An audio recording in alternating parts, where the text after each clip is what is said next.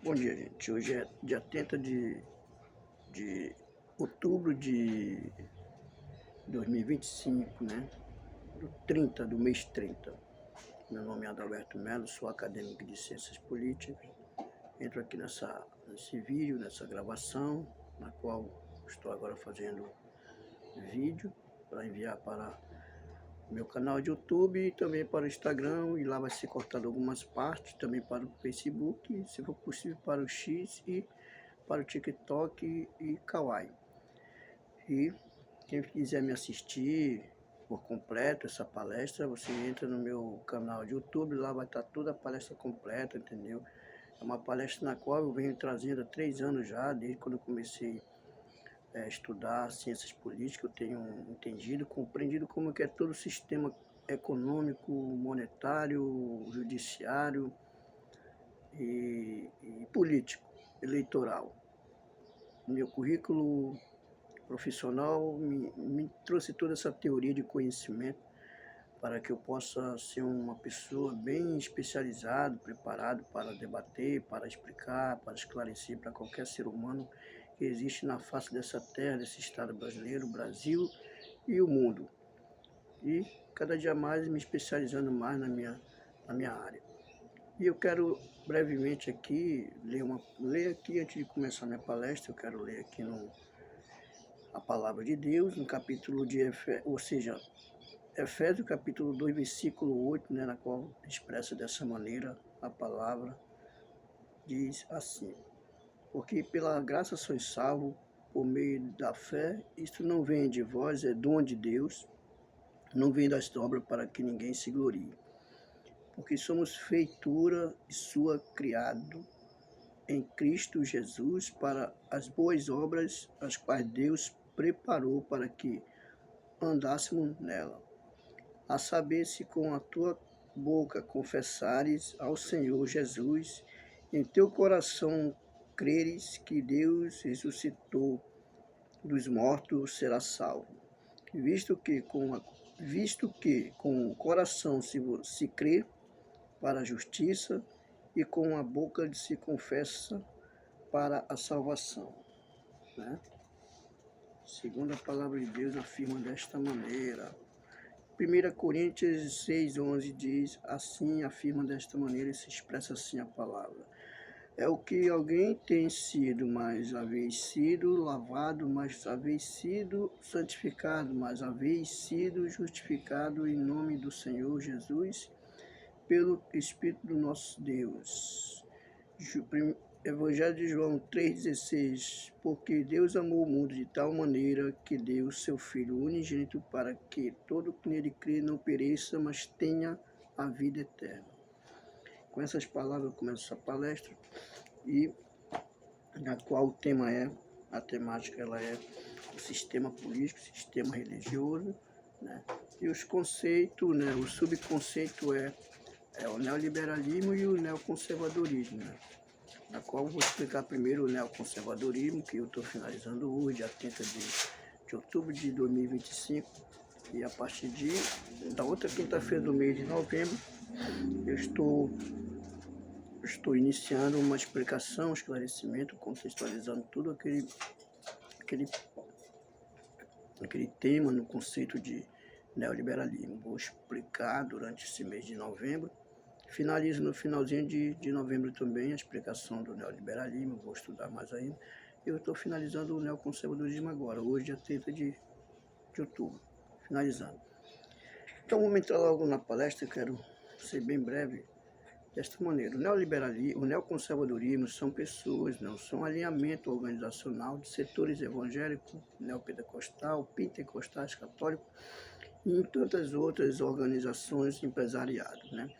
Porque o neoliberalismo ele traz para a visão empresariado, econômico, essa hegemonia econômica, traz uma melhora para esta classe, para este grupo, no sentido de eles serem independentes, competitivos do mercado de trabalho, porque a visão do neoliberalismo é fazer que a economia seja livre, seja uma economia que o governo não pode se intrometer muito, e eles têm que fazer o capitalismo né, produzir, gerar emprego e sempre naquela individualidade grupalmente e também com a competitividade, preparação, a qualificação da mão de obra, leva a pessoa a conquistar espaço no mercado de trabalho.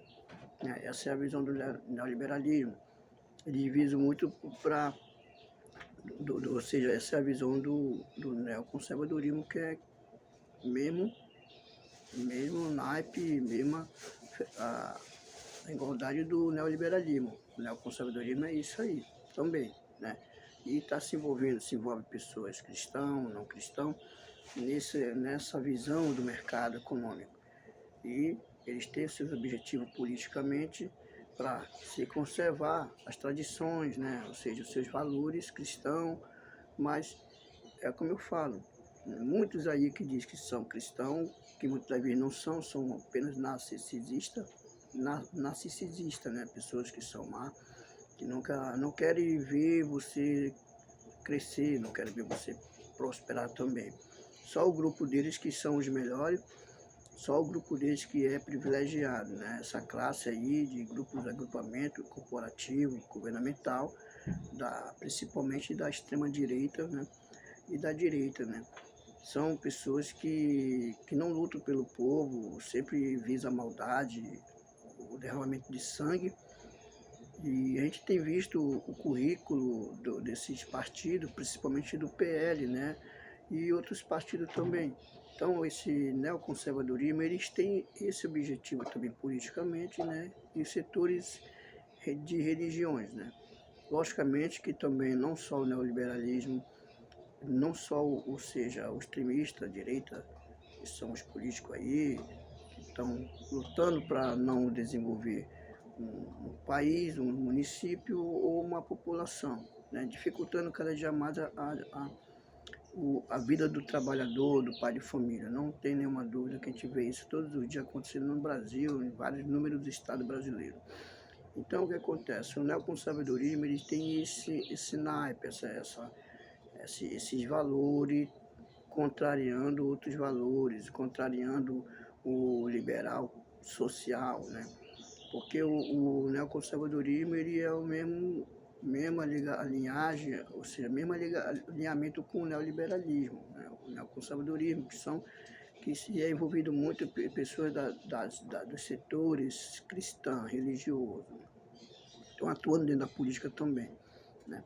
Mas como nós vivemos num Estado laico, na qual o Estado não é separado da religião, né? A religião não tem que dar palpite ou ideia, ou principalmente querendo trazer o estatuto, os mandamentos da palavra de Deus para dentro da política. Isso não é muito cabível, porque o Estado é laico e o que se dá para falar de ideia, projeto sobre ciências tem que ser pessoas do fator real da política mesmo, porque religião não tem nada a ver com a política.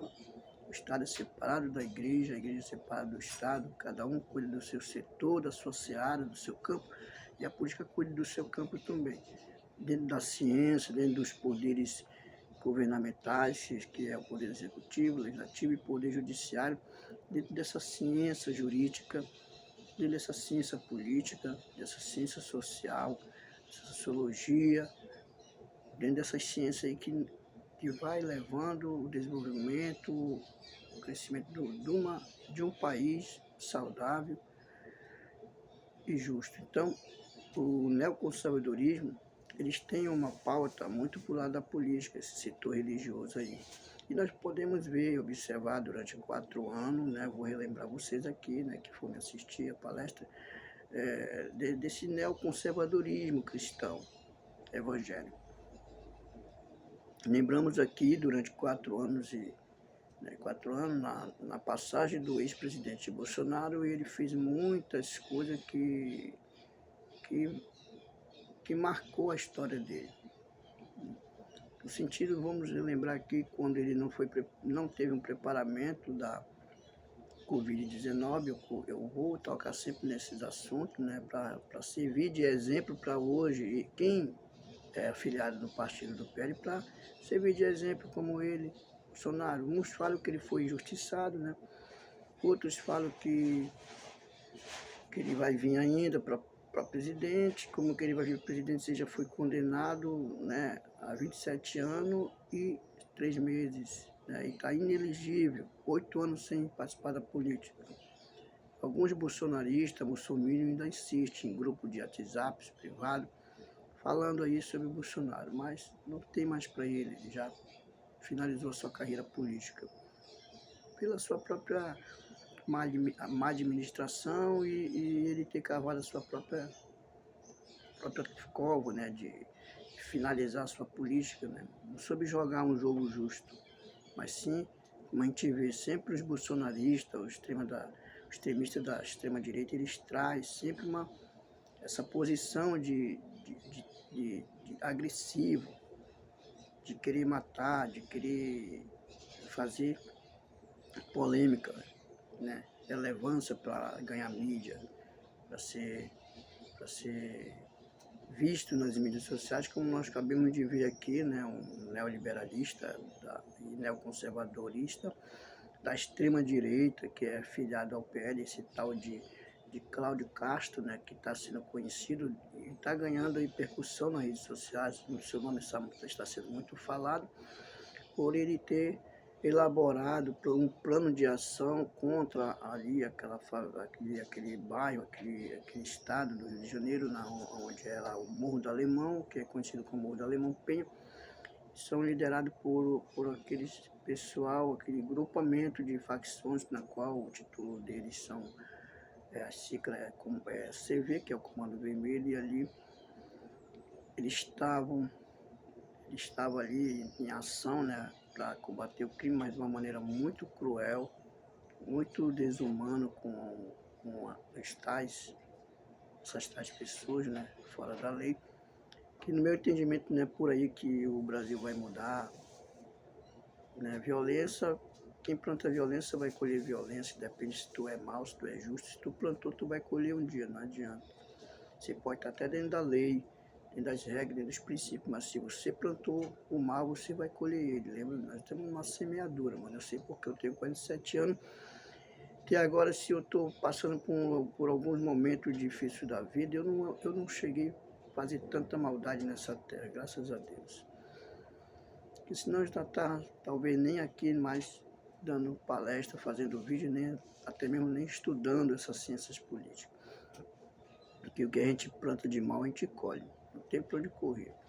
Tanto o governo que é justo, de bom caráter, de boa dignidade, se ele plantou o bem, ele vai colher o bem. Porque Deus é justo. E a justiça de Deus não falha. Do homem pode demorar, mas de Deus pode até tardar, mas não falha. Então o que acontece? Então, esses fatores políticos, neoconservadorismo, neoliberalismo, ele veio através de uma difusão cultural, de transmissão para o nosso país. Quem foram os autores dessa transmissão, de trazer o neoliberalismo, o neoconservadorismo para o Brasil? Foi um tal de um político, né? Um tal político conhecido como Fernando Collor de Mello. Foi um dos autores que trouxe esse neoliberalismo para o Brasil. E outro autor também que trouxe esse neoliberalismo, conservadorismo para o Brasil foi Fernando Cardoso Henrique, né? Foi Fernando Henrique Cardoso, né? O FHC, conhecido como Plano Real, que levou muito na época de 1994. O Brasil estava no auge, tudo era barato, todo mundo que viveu esse tempo usufruiu desse Plano Real. Hoje, o real caiu de valor, o dinheiro está sendo desvalorizado, o real não é mais aquele dinheiro, aquela moeda forte, como quando logo que surgiu esse projeto de 2020, de 94. Né? Ainda cheguei a usufruir desse tempo ainda. Né? Nessa época eu tinha, em 94, eu acho que eu tinha 14 anos, era um adolescente ainda, 94. Então foi tempo de prosperidade. Quem viveu esse tempo sabe. Então, esses são os autores do neoliberalismo e neoconservadorismo que trouxeram para o Brasil, né? e a tal de Margaret, ministra da União do Reino Unido, que foi uma também das autoras que criou lá no Reino Unido, né? Reino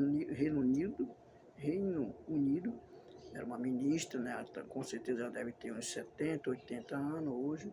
E um dos autores também, que também criou todo esse neoconservadorismo, foi George W. Bush, aquele cidadão que mandou forcar o Saddam Hussein, né? Nós temos também um histórico aí dos Estados Unidos, também os Estados Unidos, a América do Norte, né? Os americanos, onde tem histórico já muito cruel também, né? Na questão de eles também querer se meter, né? Dar opinião em outros países, né? No Oriente Médio, esse neoliberalismo, né, conservadorismo chegou para lá também, Oriente Médio, né? Onde eles implantaram ali um governo no Iraque, mataram Saddam Hussein, enforcado por dizer que ele estava criando bomba atômica. Quando chegou lá no estado do Iraque, lá, os investigadores, talvez da ONU, não encontraram nenhum vestígio de bomba atômica lá não. Foi simplesmente uma conspiração contra esse ditador para tomar ali o território e colocar o deles lá para eles administrarem o petróleo lá no Iraque, né? Hoje tem lá, né, um governo lá, mas é dependente dos Estados Unidos, né? Eles colocaram o governo deles lá, a política deles lá, e agora hoje o Iraque está ali tranquilo, na paz, mas é dominado pelo imperialismo dos Estados Unidos, né? E toda aquela região ali, do Oriente Médio ali, a OTAN, a Europa, né? São outros também que têm esse conceito neoliberalismo, neoconservadorismo também, né? Não só, mas tem, como eu digo, tem da direita e tem da esquerda, nesse mundo inteiro aí. Essa política aí dividida, direita e esquerda, né? Que veio lá da França, lá, né? Essa é uma história que veio lá da França, né? Essa divisão começou na França e se espalhou para o mundo inteiro, esses conceitos aí. Neoliberalismo, neoconservadorismo, aí, conservador, liberal, liberal clássico, liberal social, esses conceitos que estão embutidos dentro da nossa democracia, para que o brasileiro muito da vez não sabe, porque não se interessa a estudar a política, ciências políticas, ou a política, não busca. E por esse motivo, muitos são elevados pela influência das redes sociais. Tudo que passa nas mídias, das redes, das plataformas das redes sociais, eles acreditam. Muitas vezes é fake news e acreditam assim mesmo. Por quê? Porque o brasileiro é acostumado só a trabalhar, curtir a cultura do nosso país e deixa o conhecimento, que é o principal amigo dele, para ele ser uma pessoa entendida e não ser enganado por esses políticos aí que é acostumado a enganar, mentir, criar fake dentro das redes sociais, não só nas redes sociais, desde o tempo quando não existia redes sociais, eles já criavam mentira, né? Então aí com mais a chegada das plataformas das redes sociais, aí que eles evoluíram muito mais ainda para criar mentira, fake news.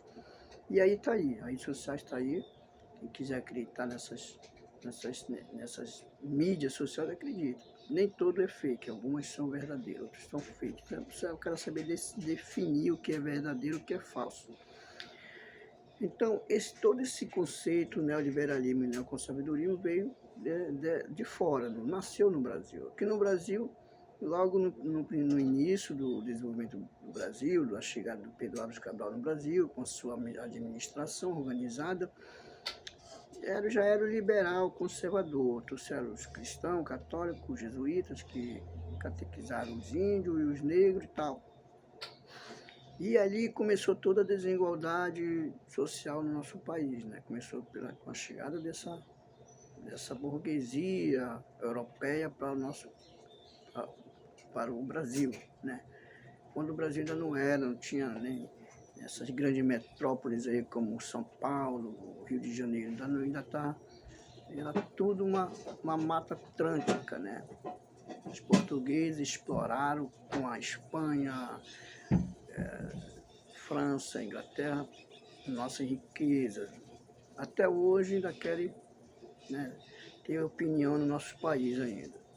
E aí, Brasil é um país realmente, de fato real, independente, ou tem império, ou é administrado por outros impérios, principalmente essa grande potência que é os Estados Unidos, que é todo tempo que está mandando nos outros países submergentes, né?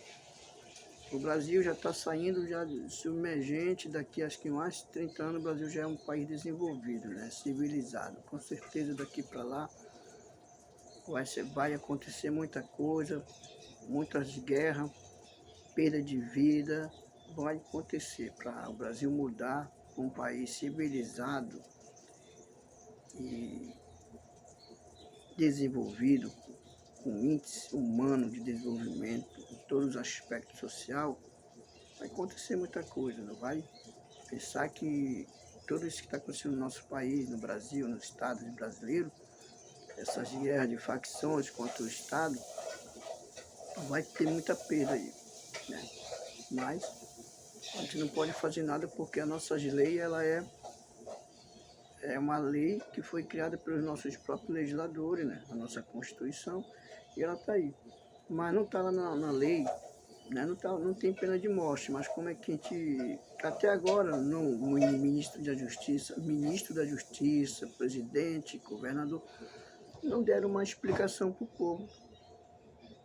Toda vez que acontece essas guerras nas favelas, que morrem inúmeras pessoas, a única coisa que esses governadores, ministros da Justiça explicam é que nós vamos acabar com a criminalidade, vamos descapitalizar ela, como o ministro da Justiça falou, e entre as décadas sai governo, sai presidente, sai governador, sai prefeito, sai vereador, deputado estadual, federal, senador, e a gente vê que permanece a mesma coisa.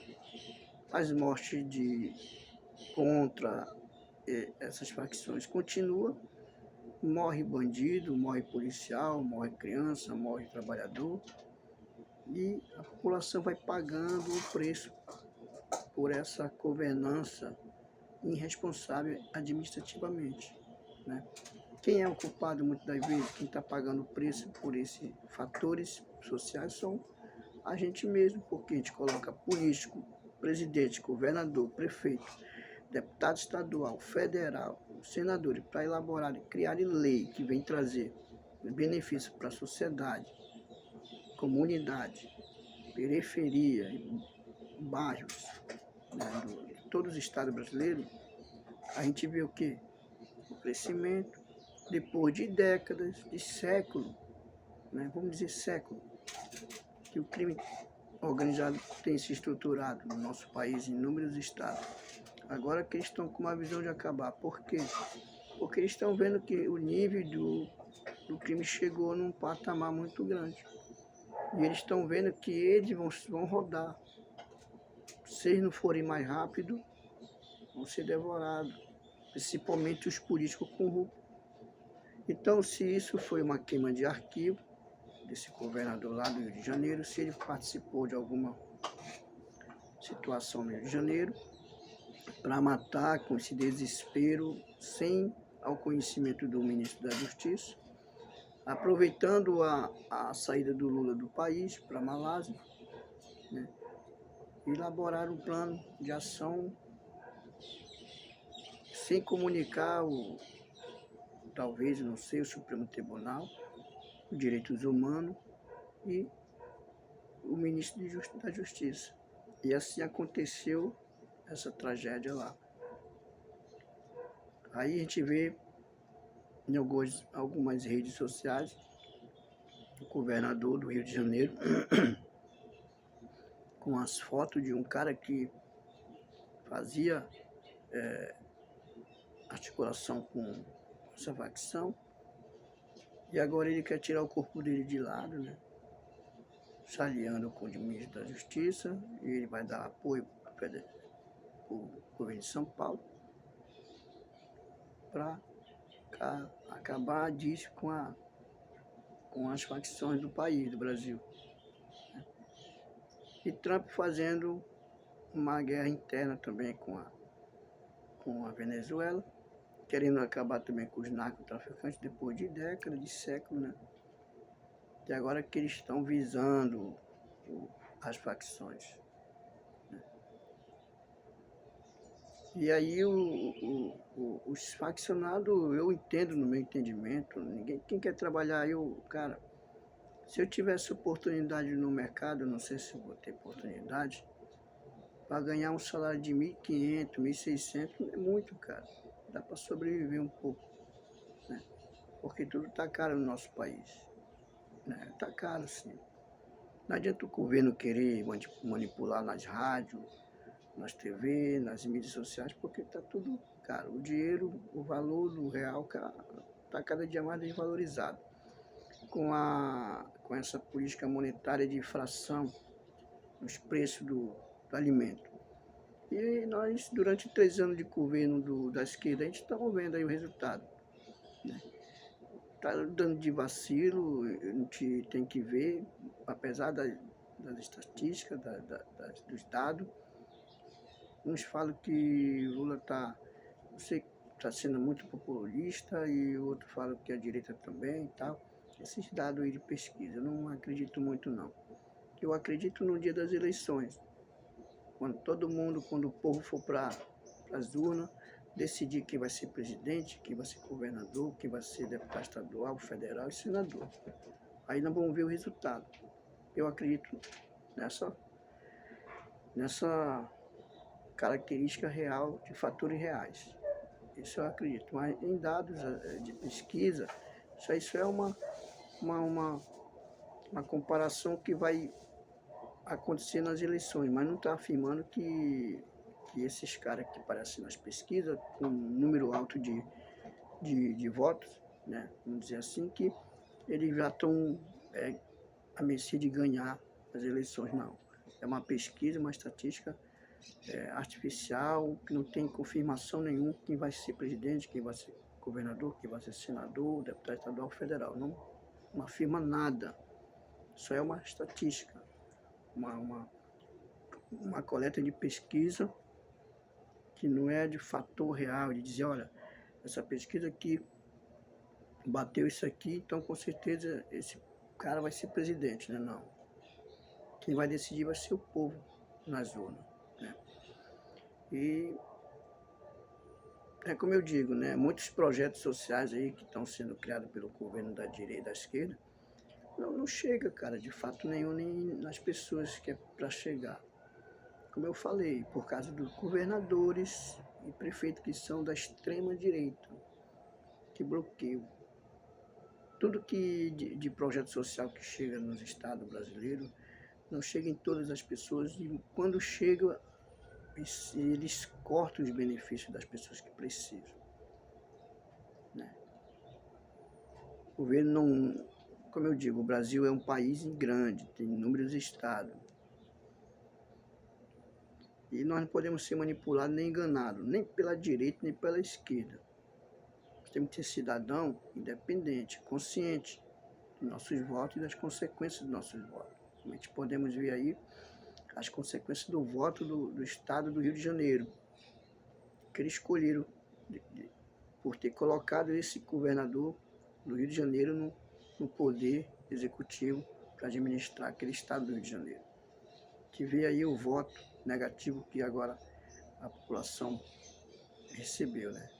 Então, todo mundo vai pagar pelas consequências mesmo do seu voto. Se você votou em presidente errado, governador errado, prefeito, vereador, deputado estadual, federal, senador, e durante todos os seus anos de política, os 4 anos de política, e não fazer nada pelo povo. Quando eu falo pelo povo, não estou falando por uma categoria, porque a gente está vendo que eles estão se inclinando mais para a categoria organizada, né?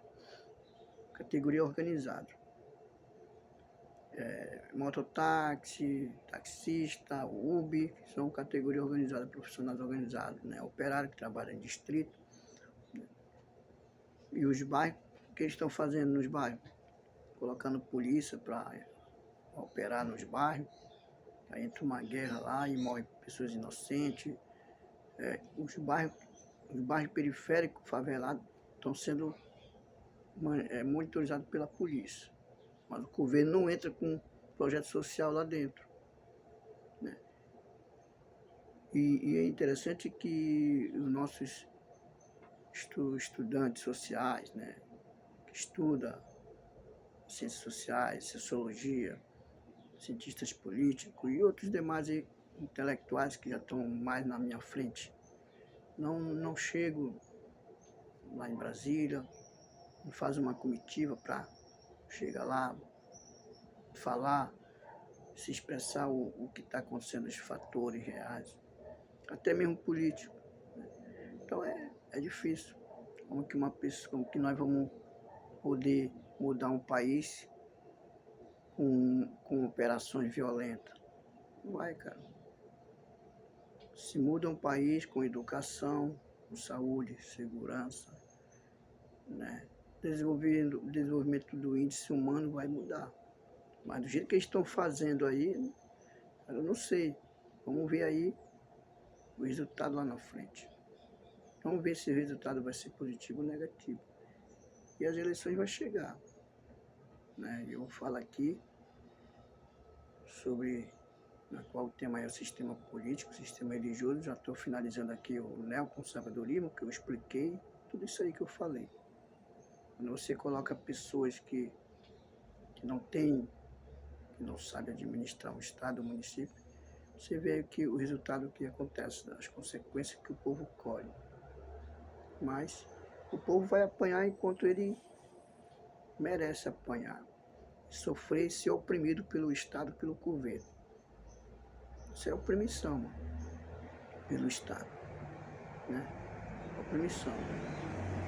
E muitas pessoas se gloriam ainda, né? Porque morreu tantos, merecia morrer e tal. Alguns devem querer aconselhar, nesse momento não tem como aconselhar ninguém, mano. Quem se predestinou aí para o crime já sabe as consequências, né? Quem se predestinou para a política também já sabe as consequências, se andar pela má administração. Então eu acredito que tem muitos políticos que vão finalizar sua carreira esse ano de 2026, né? Principalmente os políticos da extrema direita, né? Esses daí que estão aí fazendo chacota, né, com a cara das pessoas, das pessoas que morreram, né? Que eles não têm nenhuma noção que é humanidade, o que é respeito ao próximo, né? Apesar de pessoas ser muito, são de pessoas do nível de criminalidade, mas é dessa maneira que o Brasil não tem pena de morte. Não se discute isso no nosso país. O Brasil não tem pena de morte. Como que uma operação de ação entra numa favela para matar as pessoas, para matar os criminosos, né? Não tem pena de morte, cara. Se tivesse, tá todo mundo na tranquilidade, né? Mas não. É como eu digo, quem não sabe votar, recebe esse resultado aí. Não é só o estado do Rio de Janeiro, inúmeros estados brasileiros que pode, a qualquer hora e momento, acontecer uma operação dessas daí e a população pagar com a sua vida. Seus filhos, que são excluídos do mercado de trabalho e procuram um meio de sobreviver, né? Onde eles vão achar? Nas facções organizadas, cara. E aí o governo não dá oportunidade para o jovem. Apesar de o Lula ter colocado o pé de meia, mas, né? Cadê a profissão? Que é para o jovem se preparar para o mercado de trabalho. Essa profissão tinha que começar no ensino fundamental e médio. Quando ele saísse do ensino médio, já ia para uma empresa, diretamente para uma empresa. Mas o governo não trabalha dessa maneira. Eles têm ligação com grande empresa de inúmeros estados brasileiros, mas quando o cidadão ele se forma no ensino médio, ele fica à mercê da sorte. Só o certificado do ensino médio não garante emprego, né? Primeiro emprego, né? Então tem muita coisa incorreta nesse governo, cara. Não vou aqui passar a mão em ninguém não, né? Eu acho que o Lula tem que começar a pegar mais a visão de todos os estados brasileiros. Não é se influenciar pela pressão internacional, mas olhar primeiro para casa. Se tu não sabe governar o próprio país, colocar no eixo, né, os governos, os prefeitos, com uma mão de ferro, no sentido assim, com autoridade mais eficaz, Se você não propor respeito na sua governança, os governos e prefeitos vão abusar. E se ficar apoiando o prefeito corrupto, o governador corrupto, vai queimar seu filme. No estado do Amazonas nós estamos vendo. Ainda bem que quando o Lula veio para o estado do Amazonas não participou, nem governador nem prefeito, porque com certeza eles iam queimar a imagem desse cara, o presidente. E o estado do Amazonas está cheio de bolsonaristas da extrema-direita. Não sei se já mudaram de lado, porque o Amazonas está totalmente abandonado pelo governo federal. A única coisa que o Lula veio trazer para cá, para o estado do Amazonas, foi implantar uma base federal na Amazônia, para acabar com o garimpo legal e tal, segundo o argumento do presidente Lula. E não veio aqui inaugurar um projeto de casas, não veio ver se tem gente recebendo dinheiro do Bolsa Família ou não. Não veio se preocupar, não veio com essa preocupação para o Amazonas não, para a capital de Manaus. Não veio. Não fez uma reunião com o governador, com o prefeito, como é que estão os projetos sociais aqui. Não, veio instalar uma base federal no Amazonas. Né? Disse que era para combater o garimpo ilegal e os tráficos, o narcotráfico. Né? Não veio. Mas em outros estados a gente vê lá o cara lá participando de inauguração de projeto e tal. E quando veio para o estado do Amazonas, veio implantar uma base. Parece assim que aqui nós somos todos bandidos, né, marginalizados. Né? Então, meu irmão, tá difícil. Tá difícil a gente compreender essa política do Brasil. Né? Os caras governam mais para as elites, para grande grupos empresariais. Essa jogada aí, a gente percebe. Eu, pelo menos eu, né? E as favelas permanecem a mesma coisa. O que acontece nas favelas é isso que a gente vê no Rio de Janeiro, é um exemplo. Vai acontecer em inúmeros estados aí. Não vai demorar. Eles acenderam a bomba e essa bomba vai estourar, mano. Vai, com certeza vai estourar. Esse neoliberalismo, neoconservadorismo, não é só do lado da extrema-direita, não. Também da esquerda usa esse conceito, neoliberalismo, neoconservadorismo. A esquerda usa também. Políticos da esquerda. Que são aliados com da extrema-direita. Que um tempos atrás o PL era aliado com o PT. Hoje estão separados. Então essa jogada política aí, meu irmão, se o povo não acordar, não mudar, que eu digo e falo, para mudar um país corrupto, tem que começar de cima para baixo. Não adianta começar de baixo para cima que vai dar tudo errado essa matemática. Né? De cima para baixo, tirar todos os políticos corruptos, do executivo, do legislativo, do poder judiciário. Se não tirar, meu irmão, a corrupção atrasa o país e os tentáculos das facções vão crescer. Porque tem mentor intelectual aí por trás de todo esse sistema criminal aí, que não acaba, cara.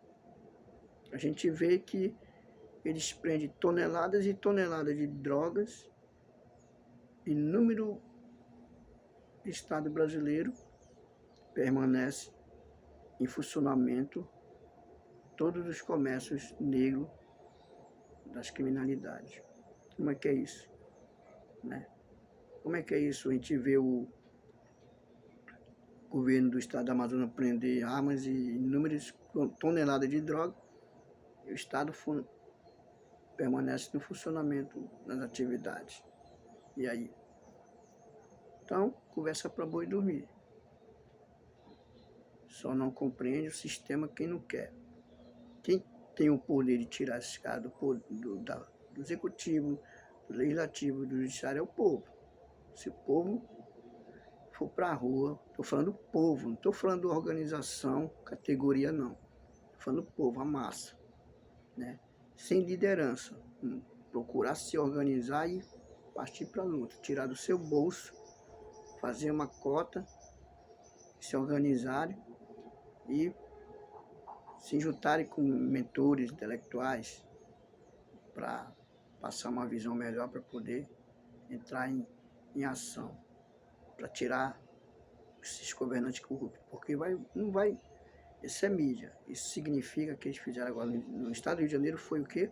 Uma psicopolítica, jogando a influência nas mídias sociais para atingir a sua mente, para você ter um favorecimento a eles, né? É um domínio, controle, psicopolítica, ele é um domínio, controle, uma influência na mente, de fazer você ter medo e apoiar o governo, entendeu?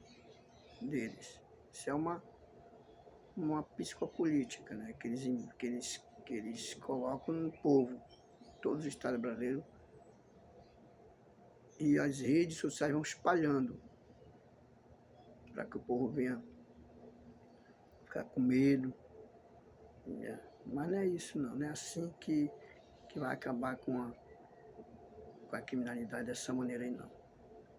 Tem vários dispositivos, artigos de lei que tem como acabar de uma maneira bem inteligente.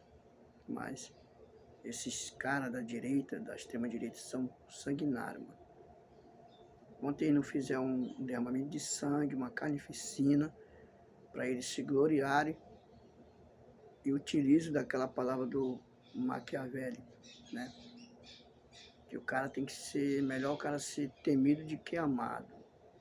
Mas é como eu falo, esse conceito maquiavélico aí, que é um dos grandes cientistas políticos que esclareceu o poder dos governos, não funciona no dia atual não. No dia atual nós temos que se colocar dentro dos princípios das leis e seguir aquilo que a lei está propondo para nós seguir, para nós cumprir e praticar, né? Se os neoconservadorismo cristão não cumpre nem a palavra de Deus, eles vão cumprir as leis. Nós estamos vendo aí a destruição que esse governo fez lá no estado do Rio de Janeiro. Então, esse é o conservadorismo. Esse é o conservadorismo e o neoliberalismo. Finaliza aqui essa explicação do neoconservadorismo, de uma maneira diferenciada de outros intelectuais. E a partir de novembro estou aí explicando o neoliberalismo para quem vai me assistir, para quem vai me compreender e aprender. Então, finaliza aqui essa gravação e fui.